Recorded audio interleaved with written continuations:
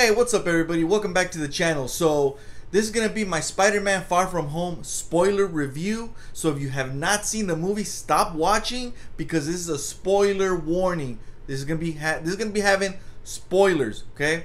Or if you don't care, keep watching. Anyways, I thought I'd do it a little bit different today. If you've seen my videos before, if you're subscribed to me, props up to you. For those of you that haven't, hit the like button, subscribe right now. But anyways, you see my videos, you know that I like to do a lot of jump cuts because you know what? I just want to streamline my thoughts, all right? I just want to get to the point. I don't want you guys to have to look at me, you know, thinking about what to say, kind of like and ahs and all that. Just, you know, cut those out. But I thought, let me try something different, and if it works out, if I like it, if you all like it, I'll just continue doing it like this, right? Anyways, so Far From Home was a good Spider-Man movie. I think I liked Homecoming better. All right, I liked the villain better. Vulture was a better villain. This villain was cool, Mysterio. You know, with all the illusions and all that, using the.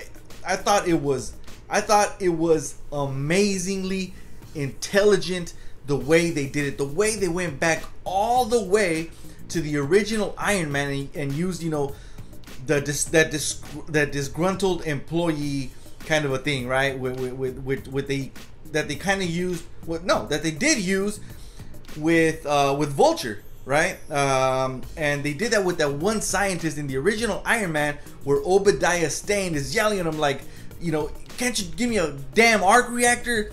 You know, Tony Stark was able to build it in a cave with a box of scraps. So that guy was in there, and then Mysterio, he turned out to be another disgruntled employee that actually created the barf technology. So it worked amazingly. But when I first found out, right, that they were illusions, I was just kind of thinking like, so how are they doing all the destruction? And you know, surprise, surprise, they were using see, this is why I do jump cuts, but all the drones, right? Whatever the what was it? Meredith or the drones, okay? The drone technology after Peter Parker gave him the glasses, right? Which, here's my complaint. So Tony Stark gives that much power to just one person, right? I know that he trusts him and everything, but like, still, I don't care how much I trust somebody, I'm not gonna give him that much power, right? Where they have basically the technology to take out a small city, right? That's just crazy. So that was kind of my complaint. I think that the movie, I don't know what it was about it. I don't know if it was a storytelling. It seemed a bit rushed, but it kind of worked at the same time. I'm not sure. Oh, anyways, really quick, before I get ahead of myself, what about the blip? That's another thing, right? How they kind of talked about the blip, and they gave us some, you know, some exposition into how the whole being snapped back thing worked, right? For the people that were snapped back, you know, they ended up just coming right back at the age they were, where they were at, and life went on, and they were left behind, right? So as somebody says in the movie, I don't remember who it was, they said, you know, if I had a little brother and he was blipped but I wasn't, and he comes, you know, he's snapped back or blipped back, I guess, he is now my older brother. You know what I'm saying? So like, so that was interesting. I do gotta say though that I didn't quite like that they called it the blip. I don't know. Like, why didn't they just acknowledge like, you know, Thanos, after Thanos snapped, right? That would have, I felt like that would have added more to Thanos's villainy. I don't know, right? Like, that the whole world knows this guy as this apocalyptic character.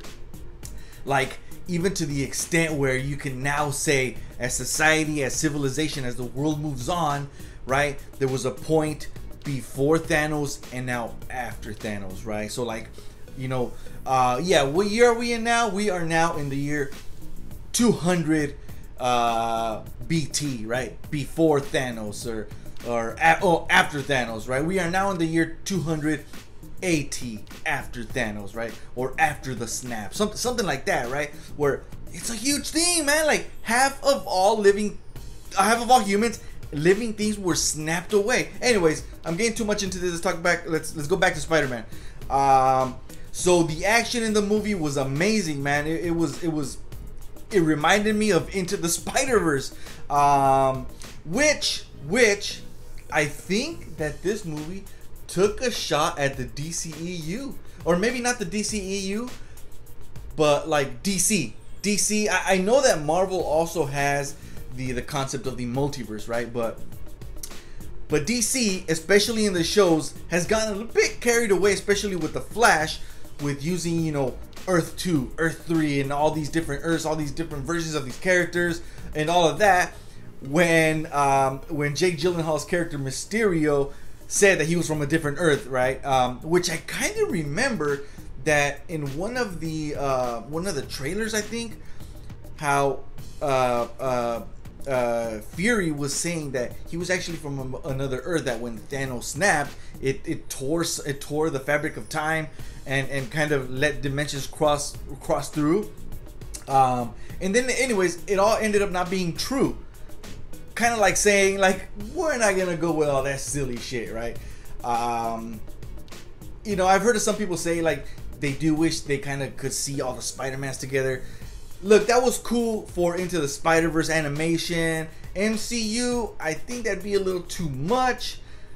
I don't know. What do you guys think? You think that the concept of the multiverse and having all the Spider-Mans in one Earth, one universe, is that a good concept for the MCU?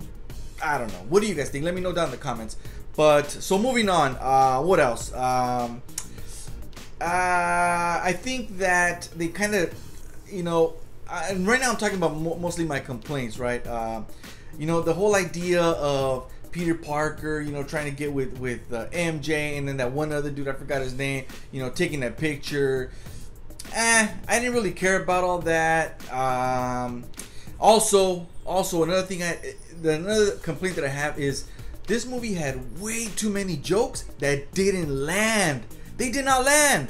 So, for example, remember that joke where I think they were like in a vault, right? All the kids with Happy, and they were just kind of like admitting stuff because they thought they were about to die, and then Happy says he's, I think, what does he say? He's in love with that man. Yeah, he goes, I'm in love with Peter Parker's aunt, right? Or Spider-Man's aunt, and he's all like, what? I thought we were sharing. That just didn't. I don't know. There was a bunch of stuff in there that was just black comedy. It was just meh. It didn't hit. I was just, the whole time I was just like, oh god, really, MCU? You're gonna take it there? You know, this is not Ragnarok. Ragnarok, all the jokes landed. This felt like it's moving towards we're the MCU, we gotta be comedy, and then they didn't even land, right? Anyways, man, I love Mysterio's powers. I love that they used, you know, in-universe canon to do it. I loved. I was blown away by it, because I was just sitting there thinking, man, if this was the DCEU, they would have actually made a damn character Mysterio pop out of nowhere, right, and have all these powers. And then as audience members, as fans, we'd be sitting there thinking like, well, why the hell is he barely popping up now, right? Where we now know that there's all these meta-humans and superheroes. Why is he popping up just now, right? And so this was perfect. This was perfect. Tony Stark is gone, and so these disgruntled employees now, you know, they rise up, create this character Mysterio that use the technology that Tony Stark kind of you know, Steve Jobs away from the actual creators, right? And makes it, you know, like, oh, I created it, when it was this actual guy. The actual creator gets mad that he's just using it for therapy and uses it to, you know, become the hero, but he's really the villain. I loved it, man. I loved that.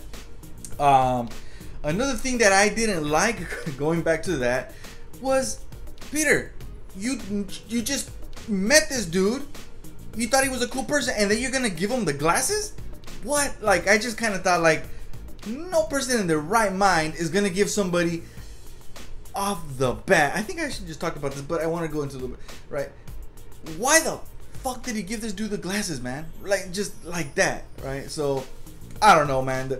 So, the action was awesome. It was a very Spider-Man-y film. I liked Homecoming better. This movie, you know what? I can't really place it. I can't really rank it in the DCU. No, not DCU. The MCU. DCU, top right away almost, right? Or at least up there, right? For the MCU, this movie, I'm not quite sure where it fits. It's definitely not at the bottom.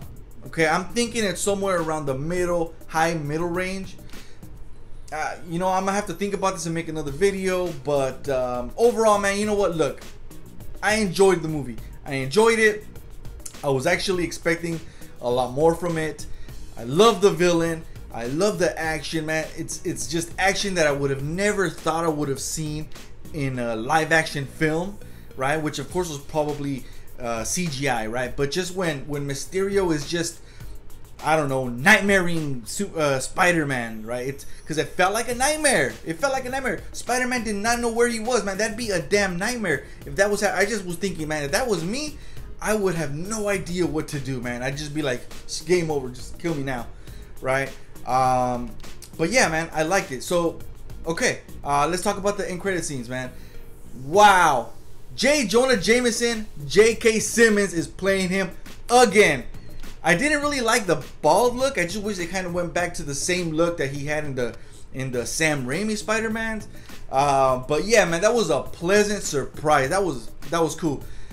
But now, talking about that same mid-credit scene, I'm kind of confused. So is Mysterio dead or is he not dead? I'm not sure. I'm not sure anymore.